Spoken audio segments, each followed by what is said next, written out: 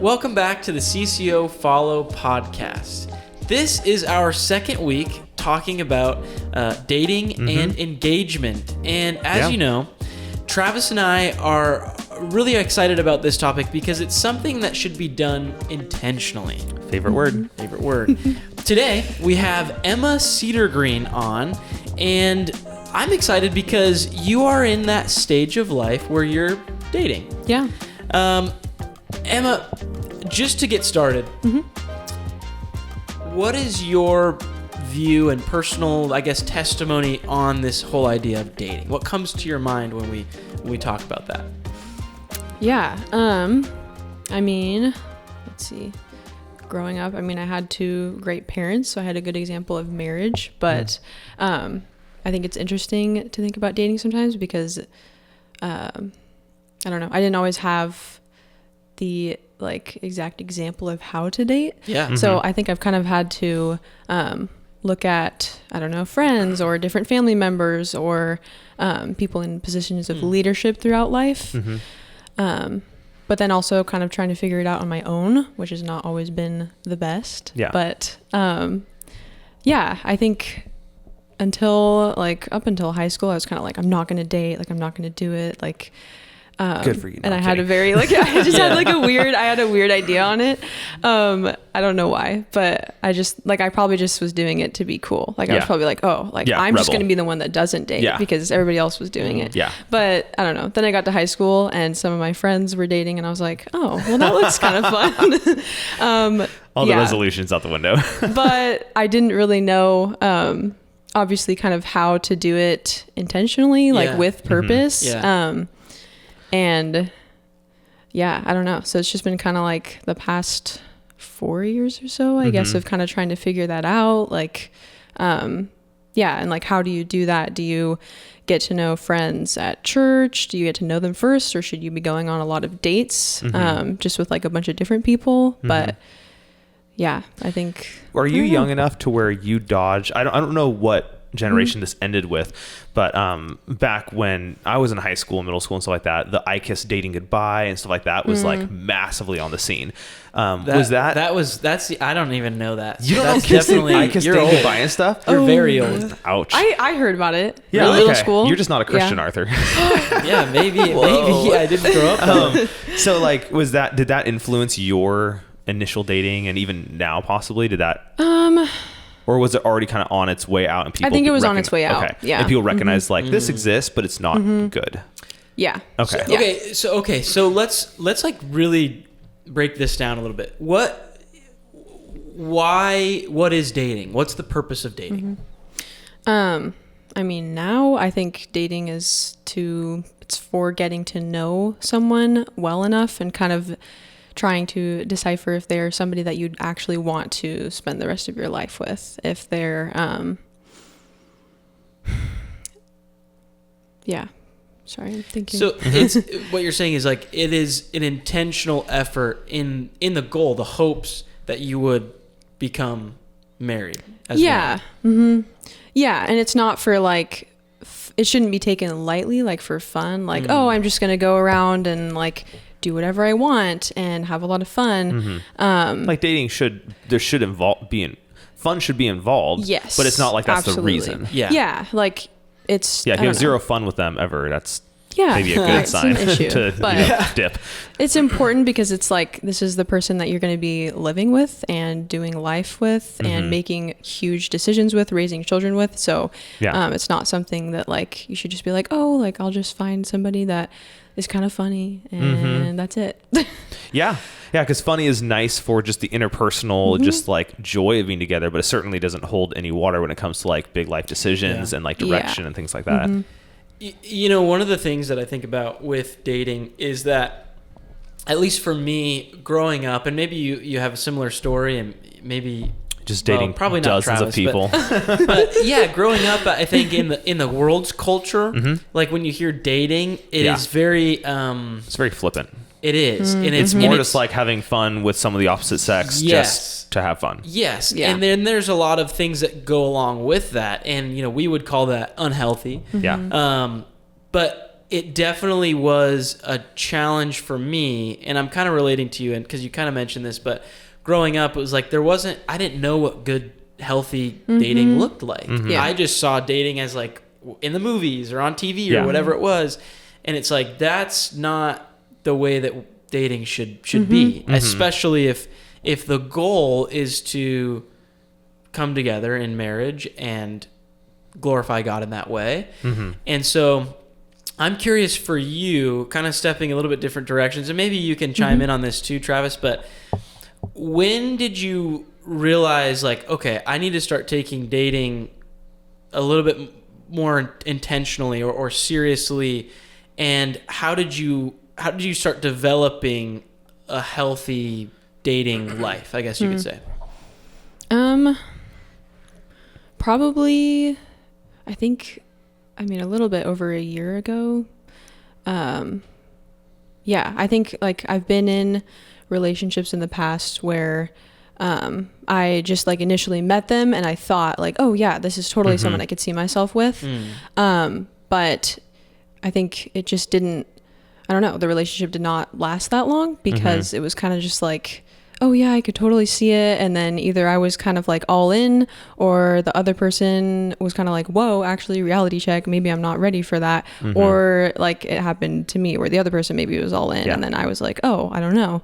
And that, you know, that's not like the most mature thing ever, but I think that was just me figuring it out, like coming into the first couple of years of being an adult and navigating that. So I'm thankful for some of those experiences, but yeah, I think it was probably like over a year ago that I realized like, oh, I need to be thinking about what I would value in a relationship. I need to be thinking about some weaknesses that I actually have personally, and how somebody could possibly like compliment those or even call me out on them. And I mean, yeah, I have obviously a lot of weaknesses. So there's like, I'm like, I don't want somebody that maybe struggles with the exact same thing as me. And then we're just like, oh no. Now well, we don't know how to like we have the same blind each spot. other. So yeah, just kind of figuring that out and realizing, oh, I really need to be with someone who can kind of counteract that, I guess. And then that also has the same goals as me, because I think I just wasn't as, it's not that I didn't care, but I kind of was more like, oh, I don't know if I'll find someone that actually does. Like I actually just didn't believe that there would be somebody that would have the same goals as me. And so I think I was tempted, and I didn't realize I was tempted to settle probably. When you know, it kind of sounds like the dating before, when you said I could see myself with that person, it sounds like there was maybe a different list of check marks you were looking for than you're looking for now. When you said with those previous people, like, you know, that you could see yourself with them, in what way? Like, you mean like they were funny and you liked their jokes, or you guys had the same hobbies? Like what about it made you think I could see myself with them, but looking back on it, you're like, well, I wasn't looking at the right things. What things were you looking at? Yeah, good question. I think probably personalities. I mean, I'm a little bit more extroverted now, but I used to be really introverted. So then I would be like, oh, like I'll find somebody who's extroverted and kind of more they'll fun. They'll play to all the things you hate. Yeah, which no, but I mean that wasn't a bad thing. But no, totally. I think, it is just funny how we think like that. Like I don't think it's a bad thing either, but it is a funny, ironic twist of just like I want someone extroverted because I'm not. It's like, oh, so they'll take you to all the things you don't want to go to right now. Yeah. But no, just things like that, I think. And then I don't know.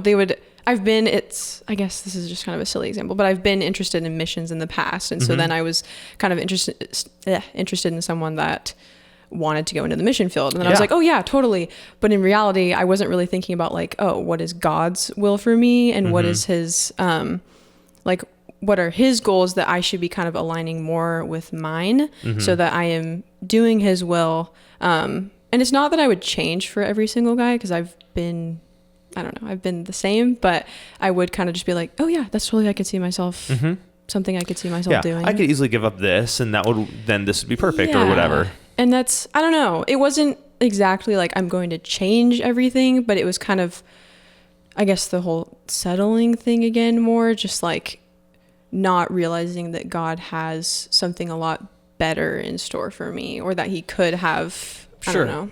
I definitely think there's a level there where when we begin to start really following after Christ, there's a standard kind of set that God has for us.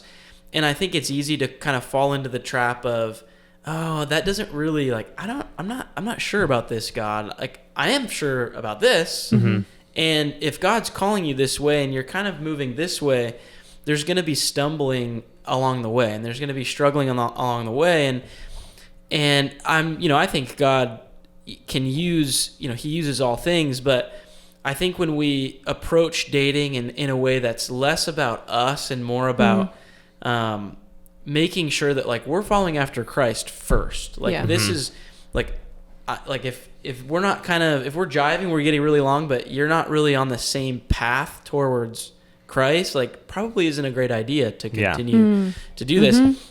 And that's the question I have is as I'm thinking about dating, as we're talking about it this month, how do we keep, and I'm curious for you or maybe Travis, how do we keep Christ at the center when we're dating? Because it is very easy to kind of get lost in each other. Yeah. Yeah. I mean, I think it's still something I'm probably learning right now, and then I'll always be learning as my relationship kind of grows and changes. But you have to be intentional, obviously. Yeah. Which is just the standard word. But to kind of, that's a good way of, like, looking at it, like not thinking about what you want, because I think we can be very inward focused, obviously. And so even if we are thinking, oh, like, I want somebody that will push me towards God, or is a really hard worker, or wants to serve a lot in ministry with me, like, those are good things to desire, but then you're not even thinking, like, oh, what if God doesn't want me to do this specific thing with this person? I don't know. So I'm, like, thinking about that. It's kind of like, I feel like that was not really the answer to the question, but I was just thinking about it. No, that was good. Like, finding someone that will encourage you in maybe the ways that you kind of struggle, and push you towards Christ. I don't know. I mean, I think when Alicia and I were dating, a lot of our relationship was built on, serving together in the youth group, in having the same priorities of, desiring to love others well. And so a lot of our time together was spent with other people. So that I think helped having Christ be the center, because a lot of our time together was around youth group, Bible studies, stuff like that, serving opportunities. And I mean, that's where we met. That's where we dated. All good in those things. Contexts. Yeah. All good things. And, we'd have, many of our conversations were about biblical things, because, that's part of how you get to know your other people's values and stuff like that, is like, well, I believe the Bible says this about this aspect of life. Do you agree or disagree? And so, even the reality is that because following Jesus is a whole encompassing part of your life, I think that, when you're dating someone, it's not like you have to, we had a Bible study together for a very short time with a couple friends. It did not last long. We chose Job, which was a stupid decision for high schoolers to do a Bible study on, at least for us. And so we didn't really, like, regularly have some Bible study we did together. I know some couples do that. That's awesome. But just our conversations were often about biblical things, because biblical things influence every area of your life. And so whether it be about, views on witnessing at school, or about evangelism in general, or views about male headship and structure of family, whether it be about, we would talk about a lot of things. And because we were Christians, the Bible influenced our views on those things. And so we had Jesus at the center because he was the center of our lives. And so it made sense he was the center of our dating life, because, That's so good. when he's the center of your life, he influences all the areas of your life. And so when you're dating, you're learning about how someone else runs their life, essentially, and how they want to run their life. And if they're desiring Jesus to run their life, then you'll be learning how you agree or disagree about different things very naturally. Yeah. Oh, dating. Aren't you so glad I'm not doing that?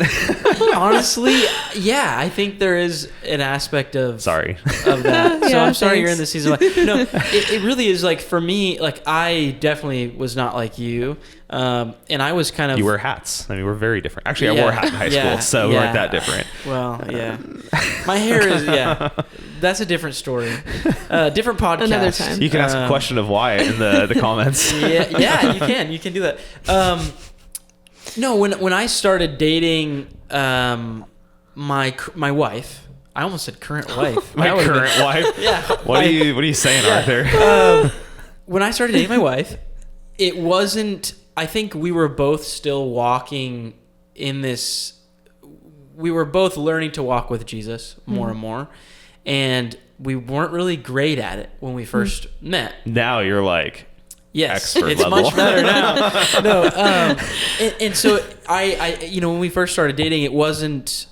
There was some things that were really good, and some things that were like, this is not good, and we kind of grew into this unhealthy relationship that we had, and we were very blessed, and this doesn't happen to everybody, but we actually broke up, and we spent time, and part of that was like we kind of need to focus on God. We both kind of came to this agreement that like we're too involved with each other and we're not following after Christ. We don't, we want to be faithful to him. And through just a lot of different things and blessings from God and just learning and stuff, we ended up getting back together. But when we got back together, the best way to describe it was half of our, the first part of our dating, like the first when we dated, wasn't the best way, and it wasn't the way that God wanted, and so it failed. The other part, we actually were intentional about pursuing Christ, and then pursuing, why even date if we're not pursuing marriage? Why even date if we're not pursuing a life together? And so with that intentionality, it was like, obviously our hearts were transformed and by seeking after Christ in the time when we were broken up, but it was like now we're both on the same page here. We both want to go to Christ. And I think about that triangle that they always like engagement counseling and stuff like that. It's like if Christ is here at the top of the and triangle, we're here and we're both pursuing Christ, we're going to meet each other along the way. Yeah. And I just think it was a good learning experience for me. Luckily now I'm done with dating. Yeah. And it's, And just as a reminder, because you mentioned like why date and stuff like that. Yeah. I just want to encourage people like the reason we emphasize so much of like you shouldn't be dating if you don't think there's a chance of marriage. Like dating process is to learn about someone so you can see is this potential or not. And the second you realize there's no potential, you shouldn't date anymore. Yeah. That does not mean you can't be friends. Oh, and I think that's something sometimes we can get to hung up on. Like even when Alicia and I were dating, now that Alicia and I are married, I have friends who are girls, Alicia has friends that are guys. Like it doesn't mean you can't be friends with other people. Like but the emphasis of like dating and intentionally desiring this deeper relationship and stuff like that and seeing if that could be potentially marriage, that should stop when you realize there's not potential for marriage. That doesn't mean they're not a friend anymore. That doesn't mean you just can't, they're toxic and need to be out of your life. It's like, no, that's silly. They're part of the body of Christ. They're a brother or sister in Christ. And it's perfectly fine to still be friends. It's perfectly good to still be in normal Christian fellowship. It just means you shouldn't date them anymore. Yeah. And there's plenty of people in the church that would not be good if you're single, not be good for you to marry because they're not aligned in some of the same ways, but it's perfectly good for you to be a Christian brother or sister to. Yeah. That's so good. And it's so important because I think oftentimes we can think, oh, if I'm dating someone, it's like, I have to we got to put some time in on this. But the reality is, things can reveal themselves quickly or over a longer period of time. But it's honestly, it's a, what's the right word? It's more honest to be able to say, oh, you know what? I don't think this is going to work. I don't think this is where I want to go. Like we need to stop dating. I think that's a good thing to do. I know it's a scary thing to do, but it's honest and it's healthy to do so. I don't know where I was going with that. Yeah. But What are your thoughts, Emma, on, and you don't have to get too deep into this, but you are currently dating someone, and how have you thought about what that next step might be? Engagement, marriage.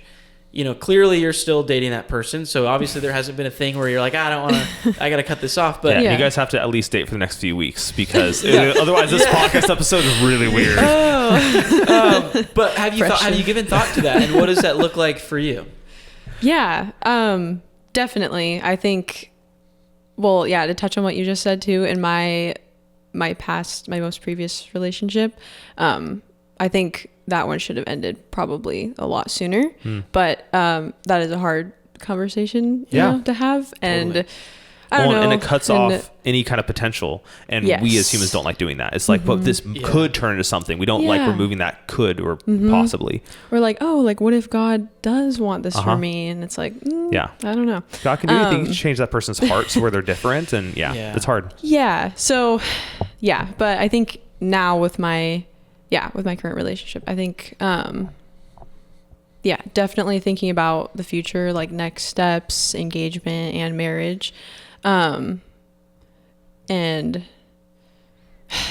don't know. What was like the root of the question? It is a lot more. It is a lot more difficult for the girl in the way our society and the way that history is, where it's classically the guy who proposes and stuff like that. That it is kind of a different situation for the girl, because they have to essentially decide if they would or not, but not take the actual step to, and then like wait with that like information. Yeah, we just wait. That's but you know what I mean? Like that's an interesting position to be in, that like thankfully neither of us had to deal with. Well, and I guess for me is like, I'm curious, like, and again, if this is too, personal, I totally understand, but like, have you guys talked about it? Like, has it been something, what did that look like?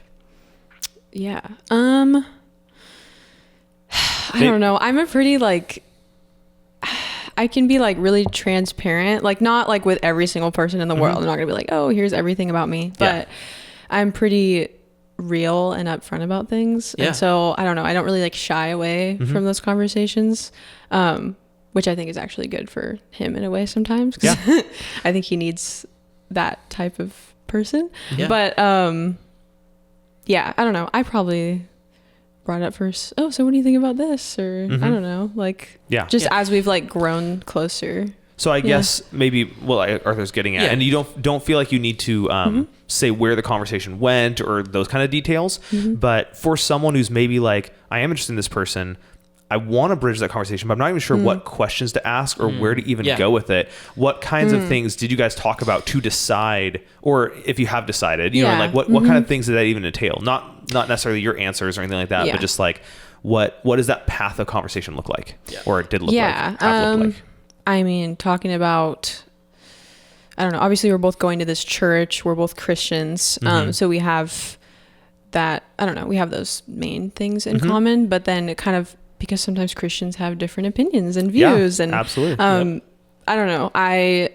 As much as I can, like you were saying, like be friends with someone and love somebody as a brother in Christ, I don't want to marry someone who like disagrees completely on how you'd raise your children, or because to find that out after you've had a kid is going to be oh no, it's a challenge. It'd be a challenge. Or I mean, I've even known people who they get married and then they find out that one wants kids and one doesn't. That's pretty bad. Yeah. So talking about things like that, like, oh, like, do you want kids? What do you think about, I guess like even like discipline, like getting into like more of the deeper parts of conversations instead of just like, oh, do you want to serve? Because I think that's what I like, that was probably my issue dating previously was, like we want to serve, and that's just such a general people? thing. I want to love people. Like everybody wants to do that. You want to not live on the street? I'd prefer that too. Yeah. Like, awesome. Perfect match. No.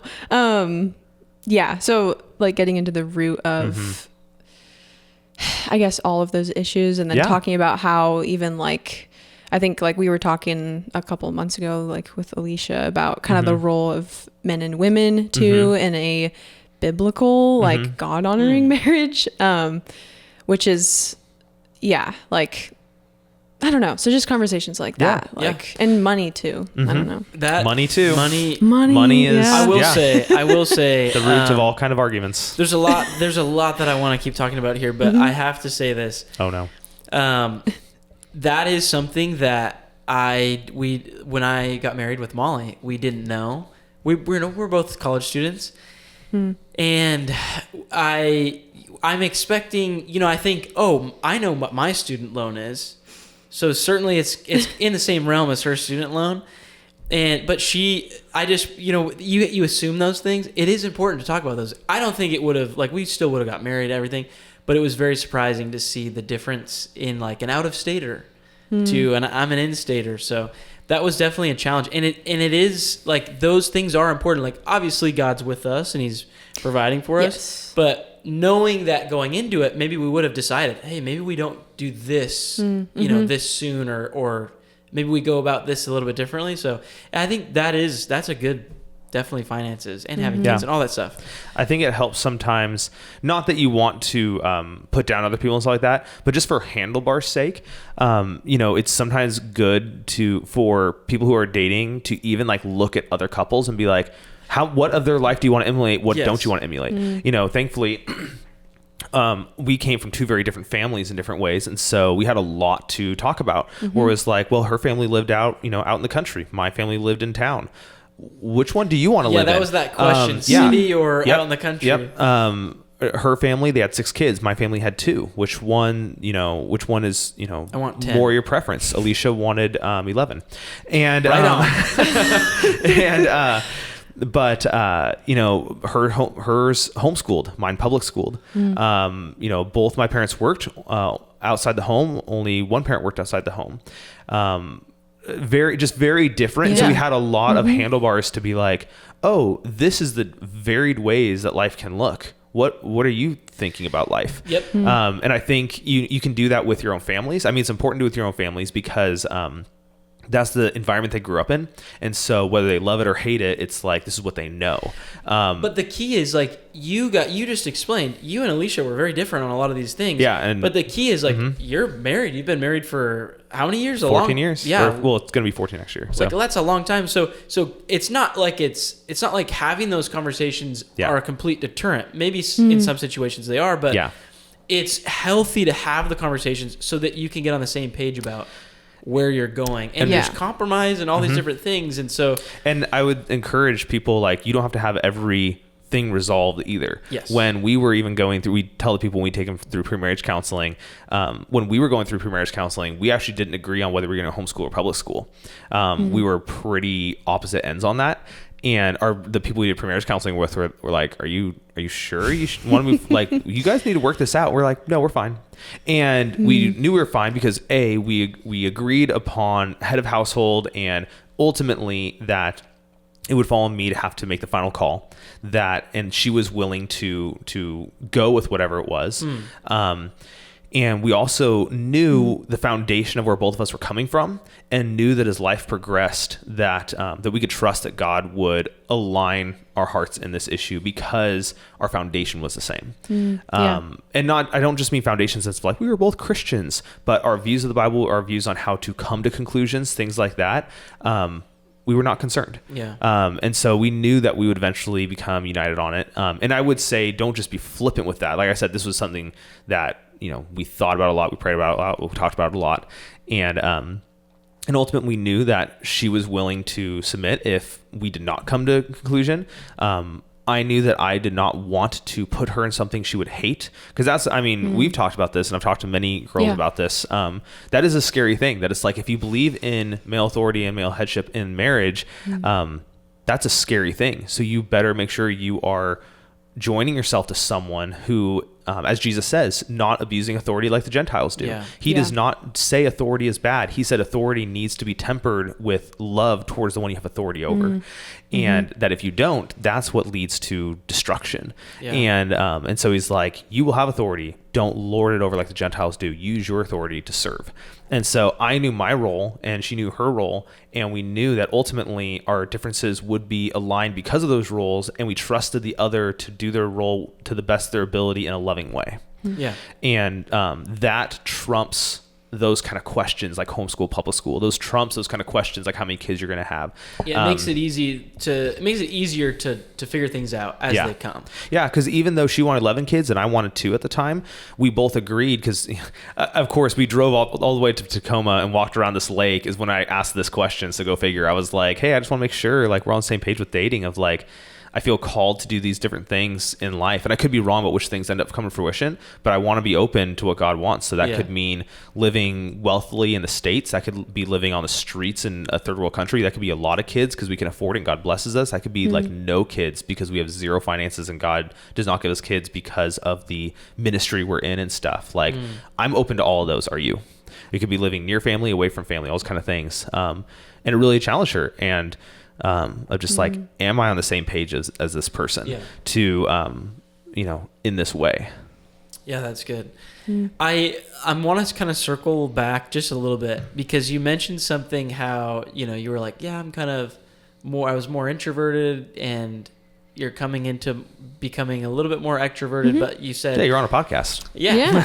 and you said that, you guys complement each other. Say really nice things. I just have to say that is the absolute truth. And I'll just say from me looking on the outside looking in, when you first started coming here and I first started to kind of get to know you, I definitely was like, oh, she's very introverted, very quiet. But then Takes it was one like to know one. when you and your significant other, can I say that? I don't know. I mean, when you guys got together, names, so the evergreen of this episode is when you guys got together, I noticed like it was like that's a completely different Emma. Like she's very outgoing, she's talkative, all these different things, and I think that's so special. I just think it's so cool because I noticed that in myself too with my wife, and I don't know you without Alicia, so I can't say that. But True. But I know that like when I'm with Molly, like I feel like I could do anything. Like I'm so much more extroverted when I'm with Molly. Like it's just she draws that out of me. And I think likewise I kind of draw that out of her a little bit. And so it's just this cool it's I guess the word I'm looking for is like there's this synergy. Ooh. When you're with somebody and you have that synergy, business merger. Like that's a good thing. And I think it grows over time too. So I was just absolutely pointing that out because I think it was really cool to see that in you. And like, obviously, whatever happens in that relationship is, I just pray that God has his way. And, but it's just cool to kind of identify those things. And it's neat. It's a learning experience for us to identify that because it's like, oh, this is, I do lack this, but this is where there is some complement in the relationship. You kind of hinted at that earlier of like the qualities you see in a person and stuff like that, of like how they balance you out and draw it out and stuff like that. You're not just finding someone who it's like, oh, these compliment me or these are tolerable or even just maybe good things. It's like, what do I want to become more like? Like this person is going to drive me a direction. What direction are they going to drive me? And and I think that's an important thing to consider. And it because they do influence you. They're going to influence you more than anyone else in the world. Yeah. I'm curious for both of you guys, and I'll probably chime in too. What are some things in regards to dating? You could say one thing, 5 things, whatever, but for those listening who might be in a season of life where they're dating, what are the key things for them to pay attention to know, to be encouraged by? I think the first thing is making sure that the person you're dating has their own vibrant walk with Jesus. It cannot rely on you in the slightest. It can't be dependent on you. That doesn't mean we don't go through difficult times where we just, don't want to do something or whatever and need encouragement. That's part of being part of the body of Christ. But do they have their own vibrant relationship? Would they be going to church without you? Would they be joining home group without you? Would they be serving without you? Or are they only doing those things because you're pulling them to do those things or pushing them to do those things? Because you can't have a relationship where you are pulling or pushing them to essentially obey Jesus. That's so good.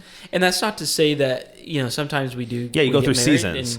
And sometimes people get married and they don't know Jesus, but one knows Jesus. And it's God, not saying things aren't possible. Yeah, God can work them out. But if you're unwise. dating, if you're just, That's a huge key. I so think that's really, really important. Yeah. What do you think? Yeah. I'm trying to think like is it more like what I look for or just what I think just that somebody that is somebody else would pull away from, like a good piece of encouragement. The more generic, like not like, oh, find someone who has these qualities like that are maybe more specific to what you want in someone, and more generic like like things that you've learned, and obviously you're still in that season, you're still learning, but things that like something like key that you're like, you know what, this is actually really important that I learned.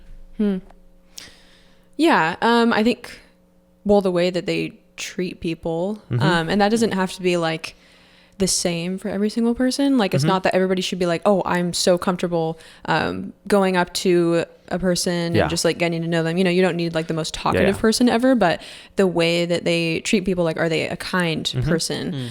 Do they respect others, or are they do they have kind of a short temper and they're kind of snappy with other people? I think that's something to definitely take into consideration before you kind of jump into a marriage and then they kind of talk to you that way, or your kids that way. Is the classic, like for girls, how does the guy treat his mom, and for guys, how does the girl treat her dad? Like kind of similar to that. But more broad than that too. Yes. Yeah. I mean, and then also because I think if you are a believer, I think you should be serving in some way, but I don't necessarily, that's such a broad thing. Exactly. Like, it doesn't mean having some job on a Sunday morning. It doesn't mean having some kind of, but that they have a life that involves service of others on behalf of Jesus kind of thing. Like, are you seeing that fruit? And then, I don't know, if you're not seeing that, it's kind of like, oh, like maybe they're still growing in that. But that's something that I don't know, I would consider. No, that's really good. And actually, I'll further that in saying that, if you aren't seeing those things, or let's just say you are dating currently, and you have these kind of, I guess, is doubt the right word, but you're identifying something that is clear. Yeah, it gives like concern. That gives concern, really pray and consider, is this something that is just a season, or is this important enough to say, you know what, I don't think this is right now. And I encourage those who are in that situation, like you said, it is hard and it's easy to go maybe too long on that. I just encourage it is the honest and it's a good thing to end that relationship in that circumstance. And it is scary, but this is kind of in correlation to what, one of the keys I said is Travis even said it too, is like your relationship with your, even dating, engagement, even to some extent marriage, but don't keep it perfectly private. Don't keep it perfectly private. Allow others speak into your relationship and seek advice. Me and my wife, because of our relationship and how it went, we ended up having pre-engagement counseling. And, it's not a bad thing to include wise counsel into your relationship. And don't keep it siloed, because you keep it siloed, it's as good as we think we could be. We're human beings, we fail, we're sinful, and we end up kind of sinning sometimes when we don't want to. And so it's important to kind of keep others involved too. We talk about community all the time in a church. We live in a church community. We live in this family. So that's what I would say is don't be afraid of that. Listen to encouragement. And it's okay to seek out advice sometimes. And use an example, the last two things basically were like, look for their highs and look for their lows, look for where they're strong in, and if that's more of what you want to be like and stuff like that, and look at their lows, and not just from a standpoint of, is this deal breaker, but also like, okay, this is not a deal breaker necessarily just overall, but is it a deal breaker for me? That's good. And so to cover both that and community, when Alicia and I were dating, our moms would talk, And I guess my mom shared with her mom, who shared with Alicia, basically that, at that time in my life, I went through kind of depression type episodes every like 6 months. And it was almost like clockwork. And just, Move to Florida where it's sunny, Travis. Didn't help there.